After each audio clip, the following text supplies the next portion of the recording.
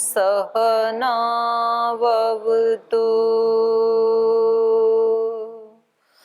सहनौ भुनक्तु सह वीर्यं करवावहै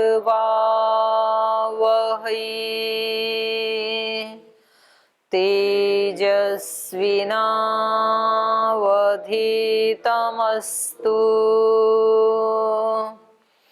मा विद्विषावहै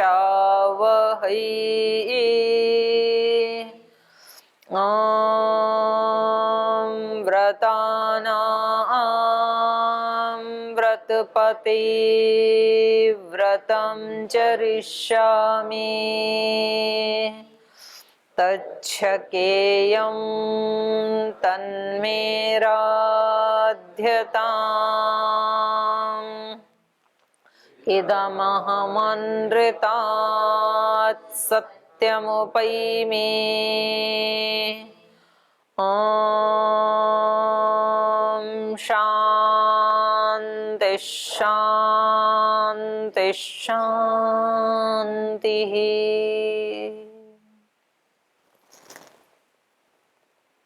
पिछली कक्षा में हमने 3 प्रकार की सृष्टि के बारे में पढ़ा था। सत्व प्रधान सृष्टि, रज प्रधान और तमो प्रधान, 3 प्रकार की सृष्टि होती है। और कौन कौन आत्मा कौन कौन सी सृष्टि में जाएंगे ये उनके कर्म के ऊपर निर्भर करता है। कर्म वैचित्र्यात् प्रधान चेष्टा गर्भदास्वत। अब ये कह रहे हैं शुभाशुभ कर्मों के अनुसार ऊंच नीच लोकों की प्राप्ति का वर्णन किया गया। अति शुभ कर्मों से उच्च लोक की प्राप्ति को प्राप्त होते हैं। प्राप्ति को परम कृतार्थता समझना ठीक होगा। उसके अतिरिक्त मोक्ष अवस्था स्वीकार क्यों की जाए? 3 प्रकार के लोग बताए ना, तो कह रहे हैं अच्छे अच्छे कर्म करके हम सबसे ऊंचे वाली जो सत्व विशाला सृष्टि है उसी को प्राप्त कर लें। मोक्ष के लिए क्यों प्रयास करें? तो मोक्ष की कोई चर्चा तो की नहीं, तो इसलिए उसका उत्तर दे रहे हैं। आवृत्ति ही तत्रापि उत्तरोत्तर योनि योगात् हेयः। करें वहां से भी आवृत्ति होती है, वो सदा काल के लिए नहीं होता है। आवृत्ति तत्र अपि, वहां पर भी आवृत्ति होती है। ये जन्म मरण का चक्र वहां भी चलता है। उत्तरोत्तर योनि योगात्, आगे आगे चलते चलते दूसरे शरीरों से योनियों से योग होता है। इसलिए हे यह, वो स्वर्ग लोक भी हे कोटि में ही माना जाता है योगियों के द्वारा, क्योंकि जो दूसरे स्वर्गलोक आदि हैं उनको प्राप्त करके भी आत्मा को आवृत्ति उसकी होती रहती, आना ही पड़ता है। बस ये है कि उसका टाइम थोड़ा सा लंबा है, उस योनि का टाइम थोड़ा अलग अलग योनियों का लाइफ पीरियड अलग अलग होता है ना। तो मच्छर आदि जो है उनका 24 घंटे का ही होता है बेचारों का, तो मनुष्यों का लगभग 100 वर्ष होता है। तो ऐसे देवों का कुछ ज्यादा वर्ष होता है, लेकिन तो भी वहां से तो आवृत्ति होती ही है। इसलिए वो भी क्या है, हे है। उसके लिए साधना करना, उसकी प्राप्ति के लिए पुरुषार्थ करना, प्रयत्न करना, इसको भी योगियों ने हे कोटि में ही माना है। वो भी त्याग करने योग्य है। और इसी को ही और थोड़ा पुष्ट कर रहे हैं। तो अगला सूत्र कह रहे हैं समानम जरा मरणादिजम दुखम। वो सात्विक सृष्टि में पैदा होकर के भी जरा और मरण आदि दुख जो है वो समान रूप से उनके साथ भी लगे ही रहते हैं। सब योनियों में जरा भी है और मरण भी है। तभी तो एक योनि से छूट के अगली योनि में जाएंगे। तो किसी को जरा बहुत जल्दी आ जाएगी, तो कुछ को बहुत देर में आएगी, लेकिन नित्य तो कोई भी नहीं है। अनित्य जो भी अनित्य है उसमें जरा भी उसके साथ जुड़ी हुई है और मृत्यु भी, क्योंकि पहले जर्जर होगा फिर उसके बाद मृत्यु को प्राप्त होगा। तो जैसे ये सूर्य चंद्र आदि लोक लोकांतर पृथ्वी आदि जो हैं ये भी क्या हैं, जरा मरण से युक्त हैं। एक पीरियड के बाद इनकी शक्तियां हैं वो जर्जर हो जाएंगी, वीक हो जाएंगी, और उसके बाद इनका नाश हो जाएगा, वही मृत्यु है। तो ये सब लोक लोकांतर जो है ये समानम जरा मरणादिजम दुखम, समान रूप से जरा और मरण से ये युक्त हैं, इसलिए ये कृतकृत्यता नहीं है। मूल कारण में लवलीन हो जाना भी कृत्यकृत्यता नहीं है। कोई कहेगा कि प्रलय काल में तो सब कुछ मूल कारण में लीन हो ही जाता है, और उससे पहले भी साधना करके जो प्रति प्रसव योग की साधना है उसमें क्या करते हैं, 5 भौतिक शरीर से चेतना का संबंध जोड़ के तन्मात्र में स्थित होते हैं, तन्मात्र से भी संबंध हटा करके अहंकार में प्रतिष्ठित होते हैं, अहंकार से भी संबंध हटा के महतत्व में, उस स्थिति का नाम है अहम ब्रह्मास्मि। महतत्व मतलब विराट व्यक्तित्व, इस सारे अस्तित्व में मैं ही हूँ, अहम ब्रह्मास्मि जिसको कहा जाता है। तो महतत्व में तरलीनता है, और उससे उसके बाद मूल प्रकृति में जो कारण है उसका भी। तो कोई व्यक्ति यूं कहे कि उसमें लीन होकर के और कृतकृत्यता हो जाएगी, क्योंकि जिसने मूल प्रकृति को अलग से जान लिया और अपने आत्म तत्व को अलग से जान लिया, तो अब वो उसमें लीन होकर के अपने आप को कृतकृत्य मान लेगा। तो ये कह रहे नहीं, उससे भी कृतकृत्यता नहीं है। न कारण लयात कृतकृत्यता मग्नवत उत्थानात,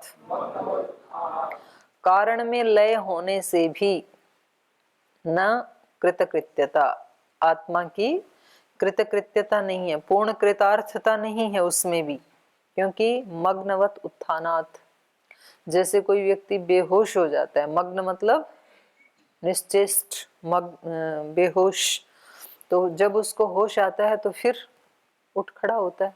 ये सारे जो नशे करते हैं, शराब गांजा भांग जो भी खाते हैं, तो वो किसके लिए खाते हैं, दुख को भुलाने के लिए। उनका ये हेतु है कि हमारे जीवन में कोई ना कोई किसी न किसी प्रकार का तनाव है, परेशानी है, तो उसको भुलाने के लिए हम इन चीजों का सेवन करते हैं।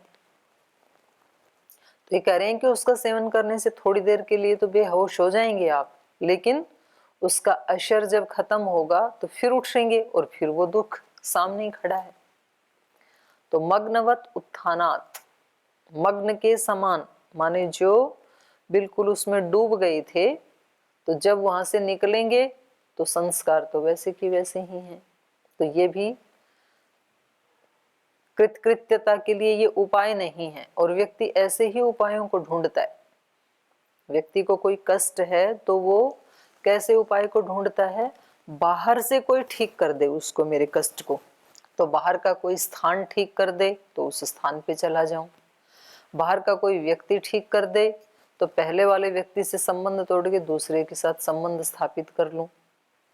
तो इन दुखों को भुलाने के लिए लोगों के तलाक होते हैं, इन दुखों को भुलाने के लिए लोग एक गुरु से दूसरे गुरु को ढूंढते हैं। भाई इस गुरु के आशीर्वाद से, इनकी शिक्षा से हमारे दुख मिटे नहीं, तो फिर छोड़ो इनको, फिर कहीं और चलते हैं, किसी और दूसरे गुरु को ढूंढते हैं। वहां जाकर के जो हमारी मानसिकता थी कि वहां हमें सुख मिलेगा, तो थोड़े दिन तो हम उसमें मग्नवत रहते हैं, उसके बाद फिर वो का वही दुख। तो हमें ये दुखों को हटाने के लिए बाहर के उपायों से कृतकृत्यता नहीं हो पाएगी। बाहर ना स्थान चेंज करना है, न व्यक्ति चेंज करना है, बल्कि चेंज कहाँ लाना है, अंदर लाना है, अपने अंदर चेंज लाना है, उससे कृतकृत्यता होगी। क्योंकि दुख बाहर से नहीं है, दुख अंदर से है। अपने अंदर सामर्थ्य नहीं है, अपने अंदर शक्ति नहीं है कि हम प्रतिकूल परिस्थितियों में अपने आप को बैलेंस रख सकें, संतुलन रख सकें। तो ये हमें योग की शक्ति को बढ़ाना पड़ेगा, तब कृतकृत्यता होगी। और इसमें सृष्टि की दृष्टि से देखें तो कोई व्यक्ति कहे कि जी चलने दो, जीवन जैसे भी चल रहा है, एक दिन तो प्रलय होगी ही। तो जिस दिन प्रलय होगी उस दिन सब समान हो जाएंगे, क्योंकि सब क्या हो जाएंगे, मूल कारण में लीन हो जाएंगे। ये बाहर जो कुछ भी है ये सब नष्ट हो जाएगा। तो क्यों मोक्ष के लिए इतना सारा पुरुषार्थ क्यों करना है? तो ये कह रहे हैं कि नहीं, उसमें तो ऐसे ही है प्रलय अवस्था में तो कि जैसे रात को सोते हैं सुबह फिर उठ जाते हैं।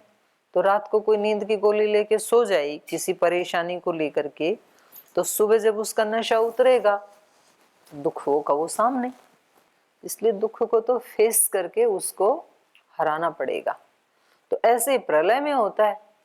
प्रलय में कुछ समय के लिए सब आत्माएं ठीक है मूल अपने कारण में लीन रहेंगी, प्रकृति भी अपने मूल कारण में लीन रहेगी, लेकिन जैसे ही सृष्टि होगी तो उन आत्माओं का जैसा जैसा पीछे का कर्माशय है वो उनके साथ फिर अटैच हो जाएगा। तो ये उपाय नहीं है। न कारण लयात कृतकृत्यता मग्नवत उत्थानात।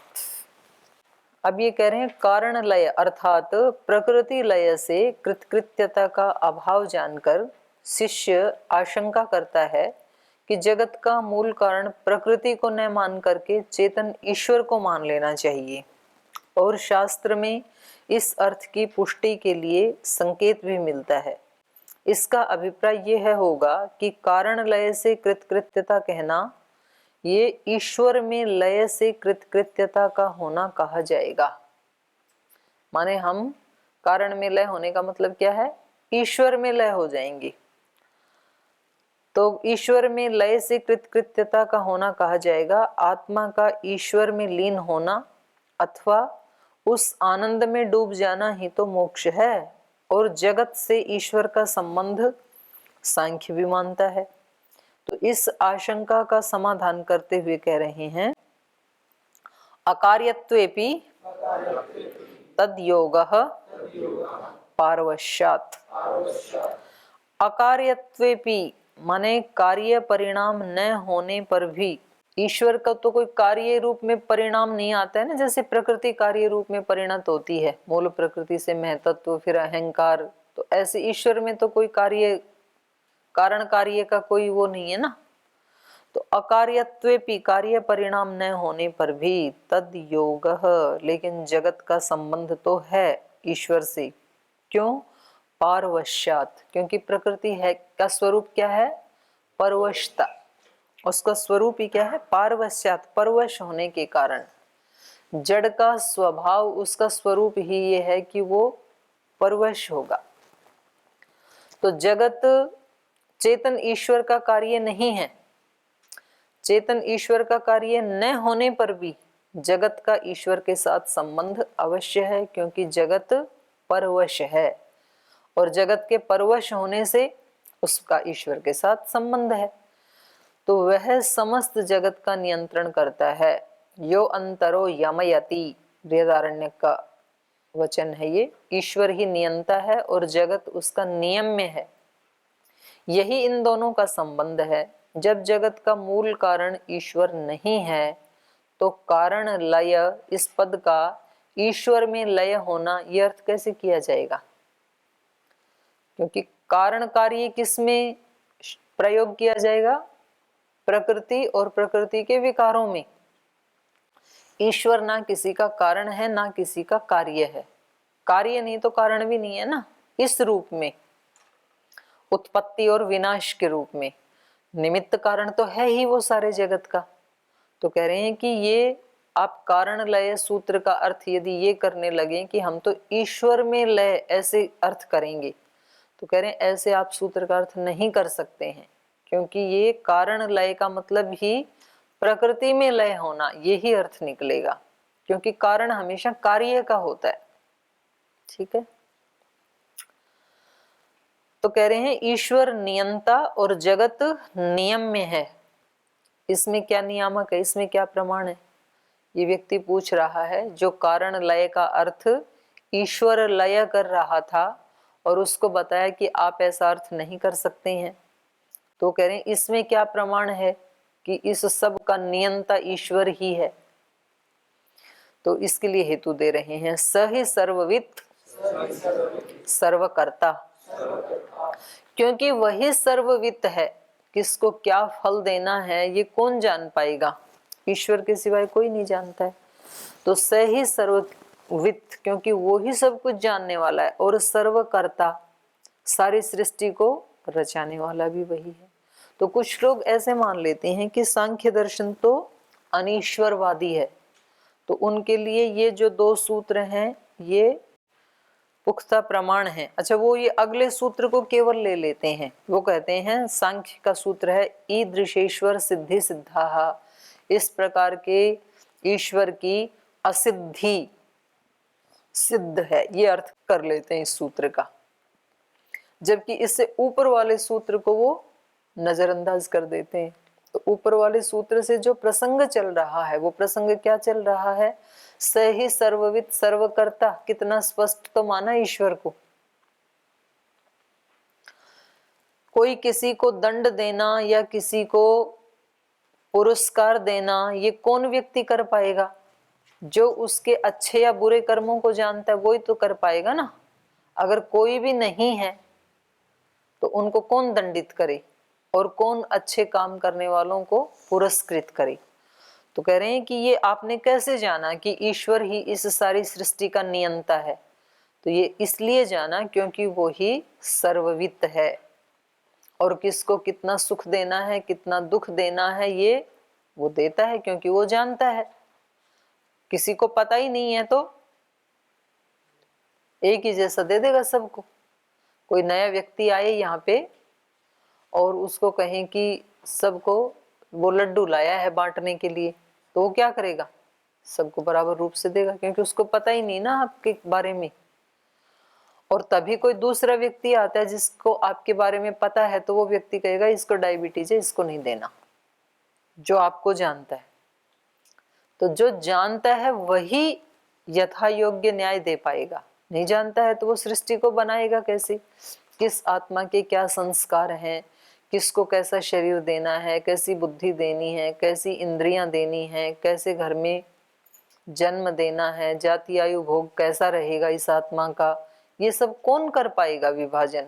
जो उसको जानता है उस आत्मा के सारे कर्मों को। तो ईश्वर के सिवाय प्रकृति तो जड़ है, तो जड़ तो जान नहीं सकती है। किसी चेतन मनुष्य में ये सामर्थ्य नहीं है, तो वो तो फिर एक शेष बच गया ईश्वर। तो इसलिए उसको कहा स ही सर्ववित्त सर्वकर्ता, क्योंकि वह चेतन ईश्वर ही सर्वव्यापक होने से, सर्वांतर्यामी होने से, सबका रचयिता होने से और सर्वत्र सूक्ष्म अति सूक्ष्म कणों तक में व्याप्त होकर के समस्त जगत की रचना करता है। इसलिए वह विश्व का नियंता है। अपनी सृष्टि को भी जानता है और उस सृष्टि में कर्म करने वाले चेतन आत्माओं को भी जानता है। तो इसलिए वो सबका नियंता है। तो इसके प्रमाण भी हैं मुंडक उपनिषद में, श्वेताश्वतर उपनिषद में, ये इन्होंने दिए हैं। तो कह रहे हैं यदि वहां पर यह सर्ववित्त, सर्ववित्त में विद धातु है ना, तो कह रहे हैं विद धातु का प्रयोग हो तो इससे पूर्व सर्वज्ञ या विश्ववित्त पदों का प्रयोग निरर्थक होगा। फलतः उन स्थलों में और प्रस्तुत सूत्र में ये पद सर्वव्यापक सर्व अंतर्यामी अर्थ का निर्देश करता है। ये तो पीछे से जोड़ रहे हैं उपनिषद आदि से। तो इस प्रकार से समस्त जगत नियम्य और ईश्वर उसका नियंता। जगत नियम में है, ईश्वर उसका नियंता है, अधिष्ठाता है। अब इस अर्थ का उपसंहार करते हुए अगला सूत्र कह रहे हैं ईदृशेश्वर सिद्धि ही सिद्धा। इस प्रकार के ईश्वर की सिद्धि सिद्ध होती है। अर्थ बिल्कुल उल्टा है, जो आक्षेपवादी अर्थ करते हैं उससे इसका अर्थ बिल्कुल उल्टा है। वे कह रहे हैं ईदृशेश्वर सिद्धि ही सिद्धा। इस प्रकार के ईश्वर की, किस प्रकार के ईश्वर की? जो सारे जगत का नियंता है, उस प्रकार के ईश्वर की सिद्धि सिद्धा, दृढ़ता से की गई है, सिद्ध है वो। तो जगत के मूल कारण रूप या उपादान भूत ईश्वर को न मानकर सांख्य जगत के नियंता व अधिष्ठाता ईश्वर के अस्तित्व को निश्चित रूप से स्वीकार करता है। प्रथम अध्याय में भी उपादान भूत ईश्वर का सांख्य की दृष्टि से प्रतिषेध किया गया है। फलतः कारण लय पद का अर्थ ब्रह्म या ईश्वर में लय होना यह नहीं किया जा सकता, बल्कि प्रकृति में लय होना ही किया जाना चाहिए। प्रथम अध्याय में भी यही कहा था 54 सूत्र में, वह स्थिति वास्तविक कृतकृत्यता की प्रयोजक नहीं है, अतः मोक्ष के प्रयोजक आत्मज्ञान के लिए प्रयत्नशील रहना आवश्यक है। तृतीय अध्याय में अब तक स्थूलभूत देह की उत्पत्ति, आत्मज्ञान के उपाय, बुद्धि सर्ग और व्यष्टि सर्ग, व्यष्टि सर्ग आदि का विवेचन और अन्य प्रासंगिक विवेचन किया गया है। द्वितीय अध्याय के प्रारंभ में संक्षेप से सर्ग का प्रयोजन बताया था, अब उसी सर्ग का विस्तार पूर्वक वर्णन किया जाता है। तो सर्ग की विस्तार का जो वर्णन है उसमें पहला सूत्र है, प्रधान सृष्टि ही परार्थम स्वतोप्य भोक्तृत्वात् उष्ट्र कुमकुम वहनवत। प्रधान सृष्टि ही, कह रहे हैं प्रधान से, मूल प्रकृति से जो सृष्टि होती है, जगत की रचना होती है, वो परार्थम, दूसरे के लिए, प्रकृति के लिए प्रकृति नहीं है, प्रकृति के खुद के लिए सृष्टि की रचना नहीं होती है, बल्कि परार्थम, परार्थ किसके लिए? हम आत्माओं के लिए। परार्थम स्वतोप्य भोक्तृत्वात्, क्योंकि वो स्वयं तो भोक्ता नहीं है, अभोक्तृत्वात्, जड़ है, तो वो क्या भोग करेगी इस सृष्टि का। तो कह रहे हैं स्वतोपि भोक्तृत्वात् उष्ट्र कुमकुम वहनवत, किसी ऊंट के ऊपर कुमकुम लाद के ले जाते हैं तो वो ऊंट के लिए थोड़ी है, ऊंट को थोड़ी कुमकुम लगाना है, तो वो ले जा रहा है, किसके लिए है? वो किसी दूसरे के लिए। तो ऐसे ही ये सृष्टि सृष्टि के लिए नहीं है, बल्कि किसी दूसरे के लिए है।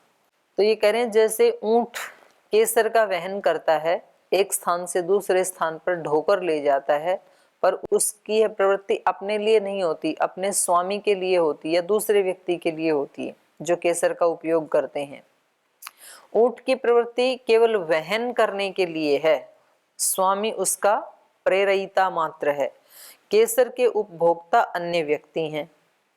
तो इस प्रकार प्रकृति की प्रवृत्ति में अपना कोई प्रयोजन नहीं होता, उसका प्रवर्तक ईश्वर है और उपभोक्ता दूसरी चेतन आत्माएं हैं, जैसे हम हैं।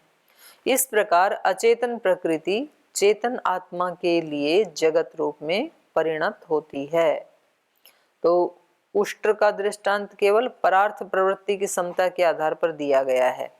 तो इसमें यह भी रहस्य ध्वनित होता है कि जैसे कुमकुम वहन ये चेतन प्रेरित ऊंट के द्वारा, देह द्वारा संभव है, ऐसे ही प्रकृति चेतन के द्वारा प्रेरित ही प्रवृत्त होती है। ठीक है। अचेतन प्रकृति में प्रवृत्ति किस प्रकार होती है? ये कह रहे हैं कि ये जो परिणाम होते हैं मूल प्रकृति से, महतत्व, अहंकार आदि आदि जो 24 तत्व हैं, तो वो तो जड़ है। तो जड़ में कोई परिवर्तन कैसे होगा? इतनी सारी क्रियाएं कैसे हो सकती हैं? अचेतन प्रकृति में प्रवृत्ति कैसे होती है? तो ये कह रहे हैं अचेतनत्वेपि क्षीरवत चेष्टितम प्रधानस्य। अचेतनत्वे अपि, अचेतन होने पर भी, क्षीरवत, दूध के समान, प्रधानस्य, प्रधान की प्रकृति की प्रवृत्ति हो जाती है, चेतन अधिष्ठित, चेतन के अधिष्ठित होने से।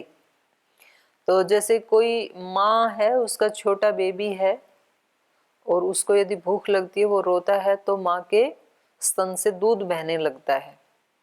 तो दूध तो जड़ है, तो उसमें ये प्रवृत्ति कैसे हुई?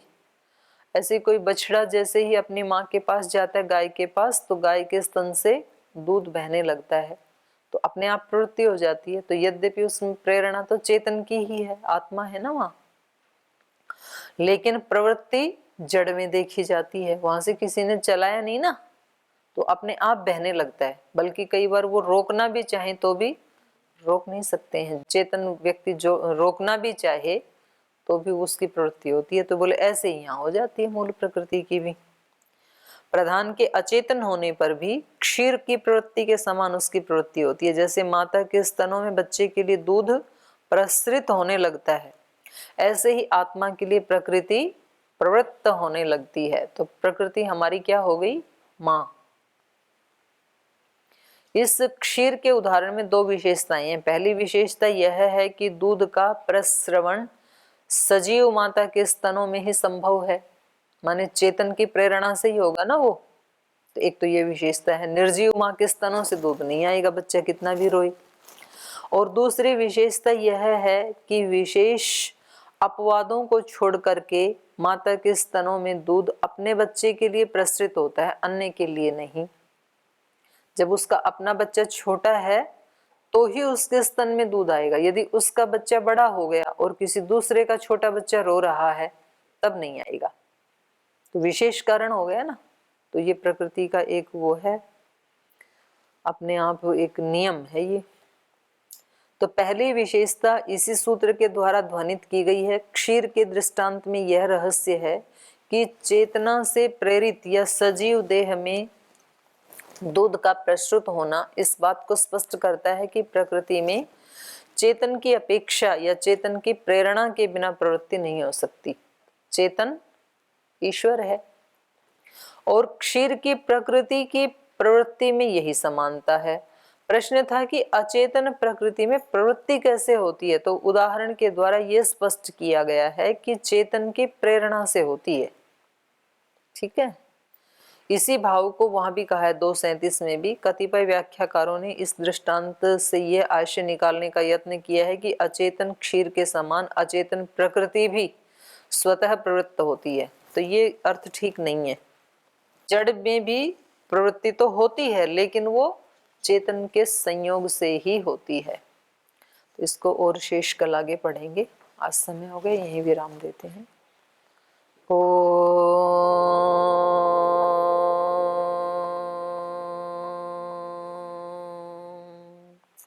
शांति शांति शांति। श्री गुरुभ्यो नमः।